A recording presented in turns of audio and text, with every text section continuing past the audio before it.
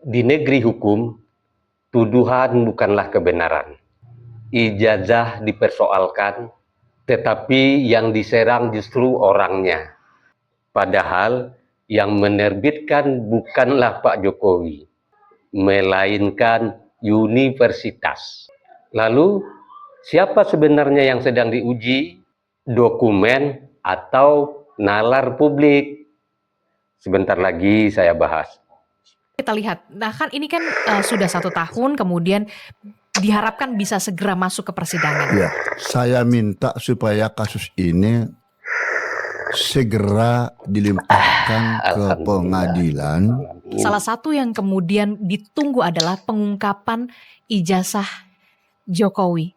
Apa kepentingan, apa legal standing daripada orang yang mempersoalkan itu rupanya? Tak perlu ijazah itu ditunjukkan oleh Jokowi. Yang kita persoalkan sekarang kan ada pencemaran nama baik. Di sana.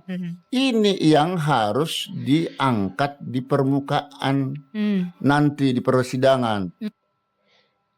Polemik dugaan ijazah palsu Presiden ke-7 Republik Indonesia, Joko Widodo, kembali memantik perhatian publik. Namun kali ini suara yang berbicara bukanlah suara orang sembarangan. Guru besar ilmu hukum Universitas Islam Sultan Agung Semarang, Prof. Dr. Binsar Gultom. Beliau menyampaikan pandangan hukumnya yang lugas dan jernih. Ia mempertanyakan satu hal yang mendasar, di mana sebenarnya letak kepentingan hukum pihak-pihak yang terus mempersoalkan ijazah Pak Jokowi. Menurut Profesor Binsar, sejak awal ijazah Pak Jokowi tidak pernah berpindah tangan, tidak pernah disalahgunakan, dan justru telah dipakai secara sah untuk mengabdi kepada negara Republik Indonesia. Mengabdinya bukan saja pada negara loh, juga kepada seluruh rakyat Indonesia, baik yang membencinya maupun tidak. Lihat saja hasil pembangunannya, yang membencinya mau berkata apa, melalui jalan tol yang telah beliau gagas. Tanpa tindakan jalan tol itu tidak akan pernah ada, tanpa tindakan dari seorang pemimpin.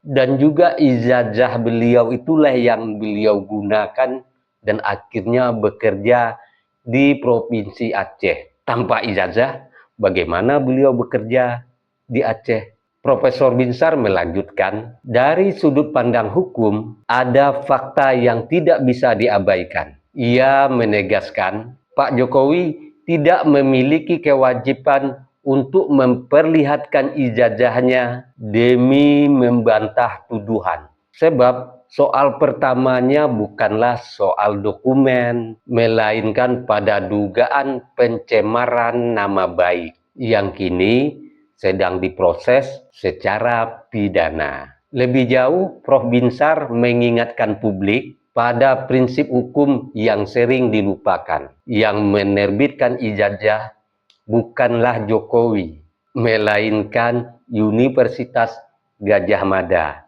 Sama kan seperti kata-kata saya dalam video saya sebelumnya. Jadi Prof. Binsar ini bukan kaleng-kaleng, bukan Mahfud MD, orang yang kalah dan otaknya jadi berubah. Lebih lanjut beliau mengatakan, jika ijazah itu dituduh palsu, secara logika dan hukum seharusnya yang digugat adalah institusi penerbitnya, bukan pemilik ijazah. Jadi jangan terbolak-balik, jangan mudah termakan oleh narasi-narasi orang-orang yang tidak benar. Dan disinilah pertanyaan krusial muncul. Apa legal standing para penuduh? Apa kepentingan hukumnya? Mengapa orang yang tidak dirugikan secara langsung justru begitu ngotot mempersoalkan keabsahan ijazah seseorang? Dengar tuh. Prof. Binsar juga menegaskan, jika polemik ini benar-benar ingin diselesaikan, jalurnya jelas, persidangan, bukan opini, bukan insinuasi, apalagi tuduhan di ruang publik tanpa dasar hukum yang kuat. Namun, sekali lagi, ia menekankan perkara yang kini sedang berjalan bukanlah perkara keabsahan ijazah, melainkan dugaan pencemaran nama baik. Dan dalam negara hukum, tuduhan tanpa dasar yang sah bukanlah kritik, melainkan persoalan hukum. Jadi ingat, ini soal ijazah palsu bukanlah kritik, tapi persoalan hukum. Sebelum saya akhiri, saya tutup video ini dengan gurindam. Barang tuduh tiada beralas, fitnah tumbuh, rusaklah waras. Surat dikeluarkan oleh lembaga berdaulat, salah alamat gugat jadi sesat. Hukum dijaga dengan akal budi, bukan banyak cakap, bukan dengki. Jika kebenaran hendak dicari, tempuhlah sidang, bukan opini. Saya Beni Budaya.